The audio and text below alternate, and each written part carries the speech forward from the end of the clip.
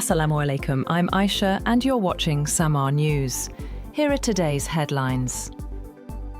US President Donald Trump's special envoy, Steve Witkoff, has held productive talks with Ukraine's senior negotiator, Rustem Umerov, in Miami over the past 2 days. US officials said Witkoff and the president's son-in-law, Jared Kushner, met with Umerov and General Andriy Hnatov, Ukraine's military chief of general staff, for what both sides called constructive discussions on advancing a credible pathway toward a durable and just peace in Ukraine. At Friday's meeting, Umerov underscored that Ukraine's priority is to secure a settlement that protects its independence and sovereignty, ensures the safety of Ukrainians, and provides a stable foundation for a prosperous democratic future.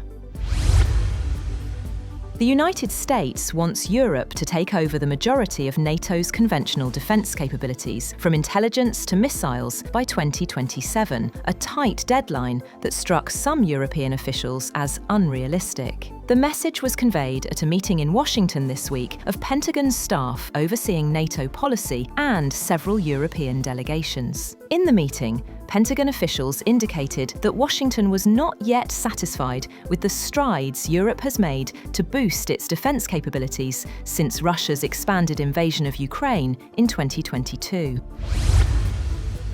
Australia has imposed financial sanctions and travel bans on 4 officials in Afghanistan's Taliban government over what it said was a deteriorating human rights situation in the country, especially for women and girls.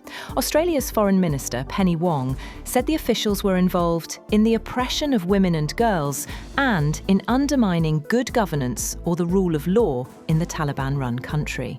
Wong said in a statement the sanctions targeted 3 Taliban ministers and the group's Chief Justice, accusing them of restricting access for girls and women to education, employment, freedom of movement, and the ability to participate in public life. Russian President Vladimir Putin has offered India uninterrupted fuel supplies, eliciting a cautious response, even as he and Indian Prime Minister Narendra Modi agree to expand trade and defence ties between countries with decades-old ties. But New Delhi is also in talks with the US on a trade deal to cut punitive tariffs imposed by President Donald Trump on its goods over India's purchases of Russian oil. India's energy imports are expected to fall to a 3-year low this month, following US tariffs and sanctions. Russia has said it wants to import more Indian goods in an effort to grow trade to $100 billion by 2030.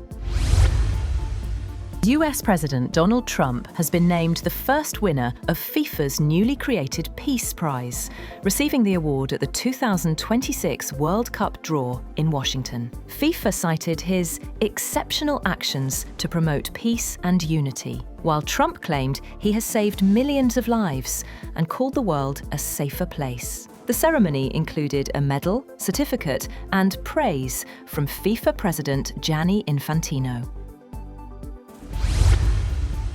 Israel's cabinet has approved the 2026 state budget, lifting defence spending to $35 billion. The plan now moves to Parliament, where deep divisions inside the ruling coalition could complicate approval. The government says the sharp increase reflects the financial strain of the Gaza war and recent ceasefire deals.